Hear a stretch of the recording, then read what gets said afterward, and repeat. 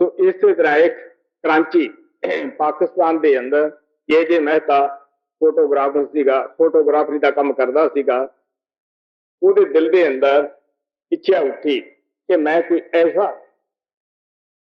Photo अपनी अलमारी के सामने रखा जिन्हों के गाहक देख के आकर्षित हो और मेरा धंधा अच्छा चले और फोटो देख के सारे इस पासे देखण कि किहदी फोटो है। हुण तुहानू पता है महाराज जी कहंदे हुंदे सीगे भुखे नूं रोटी प्यासे नूं पानी कुदरत दा असूल है, जरूर मिलता है। ਉਹਦੀ ਇੱਛਾ ਸੀ। ਇੱਕ ਦਿਨ ਐਸਾ ਹੀ ਹੋਇਆ ਕਿ ਇੱਕ ਸ਼ਾਹੂਕਾਰ ਨੌਜਵਾਨ ਅੱਛੀ ਸ਼ਕਲ ਵਾਲਾ ਦੋ ਘੋੜਿਆਂ ਦੀ ਬੱਗੀ ਤੇ ਉਤੋਂ ਦੀ ਲੰਘ ਰਿਹਾ ਸੀਗਾ। ਉਹਨੇ ਸੋਚਿਆ ਕਿ ਇਦੋਂ ਵੱਧ ਹੋਰ ਆਰਾਮ ਵਾਲਾ ਬੰਦਾ ਕਿਹੜਾ ਮਿਲ ਸਕਦਾ ਹੈ। ਕਿੰਨਾ ਇਹ ਸੋਹਣਾ ਹੈ, ਕਿੰਨਾ ਧਨਾੜ ਹੈ, ਦੋ ਘੋੜੇ ਖਿੱਚੀ ਜਾਂਦੇ ਹੈ। ਪਰ ਉਹਦੇ ਪਾਸ ਦੋ ਅੰਗਰਖਸ਼ੀ ਇਸਤਰੀ ਸਨ ਔਰ ਉਹਨੇ ਅੱਗੇ ਹੋ ਕੇ ਹੱਥ ਜੋੜ ਕੇ ਬੇਨਤੀ ਕੀਤੀ ਕਿ ਸ਼ੇਖ ਜੀ मैनू आपकी पिक्चर बनाने का थोड़ा जा मौका दो। वो कह लग्या कोई नहीं भाई। उन्हें खुश होकर इजाजत दे दी। उसने वो पिक्चर ला के अपनी दुकान में लाई। वह बड़ा अच्छा धंधा वधिया। फिर हौली हौली दिल में आया, थानू पता ही है कि लख जोड़दे करोड़ की ख्वाहिश उठती है, करोड़ जोड़दे उदों वधदी। फिर वो दिल च ख्याल आया कोई ऐसा आदमी गरीब मिले जिसकी कि मैं पिक्चर ये कोले लावां इस पिक्चर दे, ताकि उन्होंने ये भी वेखण वाले एहसास होवे कि गरीब आदमी की किहो जी शक्ल हुंदी है। एक दिन ओही शाहूकार उत्ते एक फकीर के भेस विच मंगदा मंगदा आ गया। फटे हुए कपड़े सन और जिहड़ा शरीर सी वह हड्डियां दा ढेर बनिया होया सीगा। देखिया कि इस बंदे की मैं पिक्चर लवां तां ठीक है। ओहदी दुकान ते मंगण वास्ते आया। वो कहता भी फकीर जी थोड़ा जिहा रुको, मैं तुहाडी पिक्चर लेनी चाहना है। वो कहने लगा भी की गल है, तू मेरी पिक्चर लेना है। वो कहने लगा देख आ पिक्चर कितनी खूबसूरत है, कितनी अच्छी है, मेरा बड़ी गाहकी वधी है। मैं चाहना है कि ये पास एक मैं बहुत ही गरीब दी तेरे वर्गे दी हड्डियां के पिंजर की मैं पिक्चर ला देना ताकि लोग इनू देख के भी इधर नूं आउणगे। वो कहने लगे हस पिया। वो जिहड़ा फकीर सी वो हस पिया। वो कहता फकीर जी की गल है तू हसदा है। वो कहने लग्या इन्नी गल ही कही जो पूछा तू हसदा है। वो बड़ा उच्ची उच्ची रोन भी लग गया। वो कहने लगा कि मैं तुहाडा कोई दिल दुखा दिता, गुस्ताखी की है, तुसीं रोंदे क्यों हो। वो कहने लगा देख मैं यही शेठ है जिहदी तू पिक्चर लाई बैठा है, जिहड़ा किते दो घोड़ियां दी बग्गी ते सैर करन जांदा सी, अंगरक्षी नाल हुंदे सीगे। सट्टे दे विच घाटा पै गया, बुरी संगत हुई, मैं सट्टा खेडण लग्या, घर घार सी जिहड़ा बर्बाद हो गया। मेरी ये हालत है।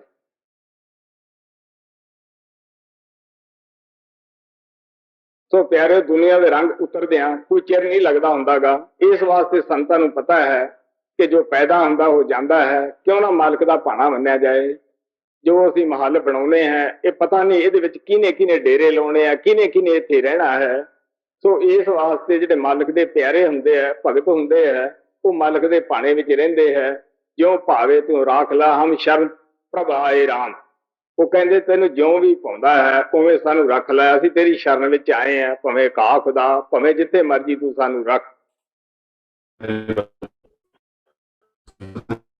कहानी बाबा जी ने हमें कही है उसको हिंदी में कहने की कोशिश कर रहा हूँ। मैंने हमेशा कहा कि हर कहानी के पीछे कोई ना कोई महान गुरुओं का मकसद रहा है, हमें शिक्षा देने का ही उनका पर्पज होता है। ऐसी एक कहानी जिसमें पाकिस्तान में जो है कि वहाँ एक जे मेहता नाम का फोटोग्राफर था, फोटोग्राफी का काम करता था, उसकी शॉप थी। उसने अपनी दुकान के आगे कोई बहुत अच्छी फोटो लगाओ जिसे देखकर कस्टमर अट्रैक्ट हो, आए, और ताकि उसका धंधा अच्छा चले। फोटो अच्छी होगी तो काम भी अच्छा चलेगा। आपने देखा होगा हर फोटोग्राफर के शॉप में बहुत अच्छे अच्छे फोटो लगाए होते हैं अच्छे फेस वालों के। तो वैसा ही वो फोटोग्राफर का इच्छा हुई। बाबा जी ने जैसे इस कहानी में कहा कि महाराज जी कहते हैं कि भूखे को रोटी, प्यासे को पानी, कुदरत का असूल है, जरूर होता है। ऐसे ही एक दिन एक अच्छी सूरत वाला नौजवान शाहूकार 2 घोड़ों वाली बग्घी में सवार होकर वहां से गुजर रहा था। उसके 2 बॉडीगार्ड भी थे। फोटोग्राफर ने सोचा कि तेरा कौन मिल सकता है, ये कितना सुंदर है, धनी है, इसके 2 घोड़ों वाली बग्घी में सवार है। फोटोग्राफर ने आगे जाके हाथ जोड़ के उनसे विनती की कि प्लीज आप रुकिए, मैं आपकी फोटो खींचना चाहता हूँ सेठ जी, आप अगर मुझे मौका दे तो मुझे बहुत खुशी होगी। शाहूकार ने, उस नौजवान शाहूकार ने खुश होकर उनको कहा कि ठीक है, आप फोटो खींच सकते हो। फोटोग्राफर ने अपनी फोटो खींच के अपनी बना के दुकान में लगाई। उसका धंधा काफी अच्छा चलना और बढ़ गया, क्योंकि बहुत अट्रैक्टिव फोटो थी, अट्रैक्टिव फेस था। तो बाबा जी जैसे हमेशा कहा करते हैं यार कि इंसान के अंदर एक इच्छा होती है कि आज हम जो बिजनेस करते हैं उनमें एक रहती है प्रवृत्ति की, उनका कारोबार और अच्छा और पैसे कमाए। दुनियावी तौर पे ये बहुत जरूरी भी है, लेकिन संत मत के अनुसार जितनी इच्छाएं बढ़ाएंगे उतने परेशान होते हैं। तो बाबा जी ने कहा कि वो उसके भी अंदर इच्छा हुई कि मैं और पैसे जोड़ूं और अच्छी तस्वीरें खींचूं। उसके दिल में ख्याल आया कि क्यों नहीं एक ऐसे गरीब की फोटो इसके बराबर लगाऊं जो इस नौजवान शाहूकार की, बिजनेसमैन की फोटो है। उसको देखने वाले को पता चले कि गरीब आदमी की शक्ल और अमीर आदमी की शक्ल में कितना फर्क होता है। एक दिन वही शाहूकार एक फकीर के वेश में मांगते मांगते वहां आया, और उसके कपड़े फटे हुए थे और शरीर बहुत कमजोर था, बहुत वीक हो चुका था। फोटोग्राफर के दिल में ख्याल आया कि क्यों नहीं इस बंदे की फोटो खींचूं, क्योंकि ये बहुत गरीब है और कंपैरिजन में बहुत इजी रहेगा कि गरीब और अमीर में कितना फर्क होता है।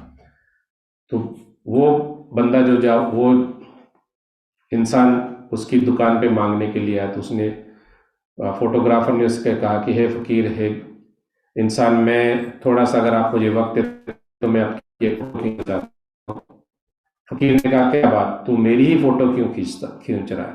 फोटोग्राफर ने उसे पहले वाली फोटो दिखा के कहा कि देखो ये फोटो कितनी अच्छी है, कितनी सुंदर है, इसे दुकान में लगाने से मेरे बहुत कस्टमर बढ़े हैं, लोगों को बहुत पसंद आई है, और मैं चाहता हूं कि आपके जैसे गरीब इंसान की फोटो भी इसके साथ लगाऊं, ताकि लोगों को ये समझ आ सके कि गरीबी और अमीरी में, शरीर में, हर चीज में कितना फर्क होता है। फोटोग्राफर की बात सुन के वो फकीर हंस पड़ा। फोटोग्राफर ने कहा कि आप क्या बात है, आप क्यों हंस रहे हो? फोटोग्राफर ने इतना पूछने से वह जोर जोर से रोने लगा। फोटोग्राफर ने पूछा कि क्या बात होगी भाई, क्या मैंने आपका दिल दुखाया, मेरे से क्या गलती होगी कि आप रो रहे हो? फकीर ने कहा देख भाई, मैं वही सेठ हूँ, वही नौजवान शाहूकार हूँ जिसकी फोटो तूने लगाई है। मैं वो भी वक्त था कि मैं 2 घोड़ों की बग्घी में सवार होके सैर करने के लिए जाता था, मेरे साथ बॉडीगार्ड होते थे, और मैंने बुरी संगति ज्वाइन की जिसमें जुआ, गैम्बलिंग खेलना शुरू किया, और बहुत सारी बुराइयां मेरे में आ गई, जो उस वजह से मैं अपने कारोबार की तरफ, बिजनेस की तरफ ध्यान नहीं दे पाया, और मैंने अनाप शनाप खर्चा किया और जुए में अपने सारे पैसे लुटा दिए। मैं बर्बाद, मेरी ये हालत हो गई है। पापा जी ने हमेशा कहा कि दुनिया के रंग उतरते समय कोई समय नहीं लगता, जो महल हम बनाते पता नहीं किसने रहना है। परमात्मा, क्यों ना हम परमात्मा का कहा माने, अपने महान गुरुओं का कहा माने, उनके के अनुसार भक्ति करें। जो पावे जे त्या राख ले, हम शरण प्रभ आए राम राजे। गुरु साहब जी कहते हैं तुझे जैसा भी ठीक लगे है परमात्मा, तेरी मर्जी हो, चाहे हमसे घास खुदवाओ, चाहे कुछ भी करो, नौकरी करो, चाकरी करो, अपनी शर्म में रखो, हम पे दया करो। इस कहानी से हमें शिक्षा मिलती है कि हमें समय के महत्व को समझना चाहिए, आज का काम कल पे नहीं छोड़ना चाहिए। कोई भी नहीं जानता कि समय कब बदल जाए, इसलिए हमेशा समय का अच्छा उपयोग करना चाहिए, समय बर्बाद नहीं करना चाहिए। बुरे वक्त में कभी भी हिम्मत नहीं हारनी चाहिए, क्योंकि हमारे साथ हमेशा हमारा गुरु है, वो कभी साथ नहीं छोड़ते, ना गरीबी में अमीरी में छोड़ते हैं, ना गरीबी में छोड़ते हैं। उनका ध्यान सिर्फ और सिर्फ आत्मा पे होता है, उनका दुनियावी रहन सहन, दुनियावी पैसे से कोई उनका मकसद मतलब नहीं होता। वो अपनी आत्मा से, अपनी रूह से प्यार करते हैं, वो हमसे प्यार करते हैं। इसलिए हमें ये प्रार्थना करनी चाहिए कि हे परमात्मा, हमेशा हमारे साथ रहें, अंग संग रहे, हमारे हर दुख सुख में, हर मुश्किल में हमारी मदद करे, हमारा मार्गदर्शन करे। कहानी से हमें बहुत बहुत सारी शिक्षा मिलती है। सत्संगी को हमेशा अपने गुरु का शुक्राना अदा करना चाहिए, जो जैसे जिस तरीके से हमें बाबा जी ने मौका दिया है, सुबह शाम नित्य नियम से उनको याद करते हैं। बहुत बार ये देखने में आया कि थोड़ी सी भी परेशानी वाली बात में बहुत बार कही है, सब पे लागू होती है। कोई भी इंसान कभी भी डोल सकता है। कोई अहंकार करने वाली बात नहीं कि मैं बहुत बहादुर हूँ, मैं बहुत महान हूँ, हम बहुत संतों के साथ रहे, हम पे बहुत दया है। गर्व की बात नहीं, ये दया की बात है। जो भी आज हम हैं वो सिर्फ और सिर्फ दया है। उस दया के बलबूते पे हर सत्संगी अपनी दुनियावी जिंदगी भी जी रहा है।